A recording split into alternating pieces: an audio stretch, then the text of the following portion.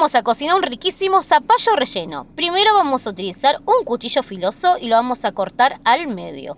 Con la ayuda de una cuchara vamos a retirar las semillas. Sobre una placa vamos a colocar el zapallo y condimentamos con un mix de pimienta, un poquito de sal por encima y aceite de oliva. Lo vamos a llevar a cocinar por 20-25 minutos hasta que esté cocido. Mientras tanto vamos a hacer una salsa blanca. Ponemos misma cantidad de manteca a derretir, misma cantidad de harina.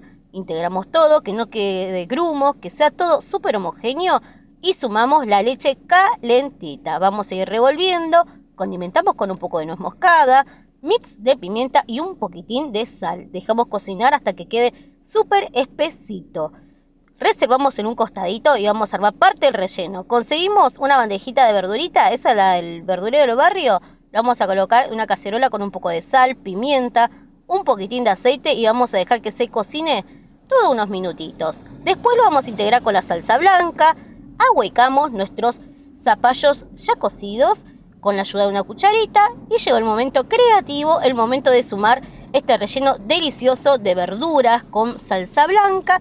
Y para que quede más que especial esta receta familiar, vamos a darle una lluvia, el toque de lácteos Barraza, queso rallado por encima, gratinamos y listo. No se olviden de guardar y compartir.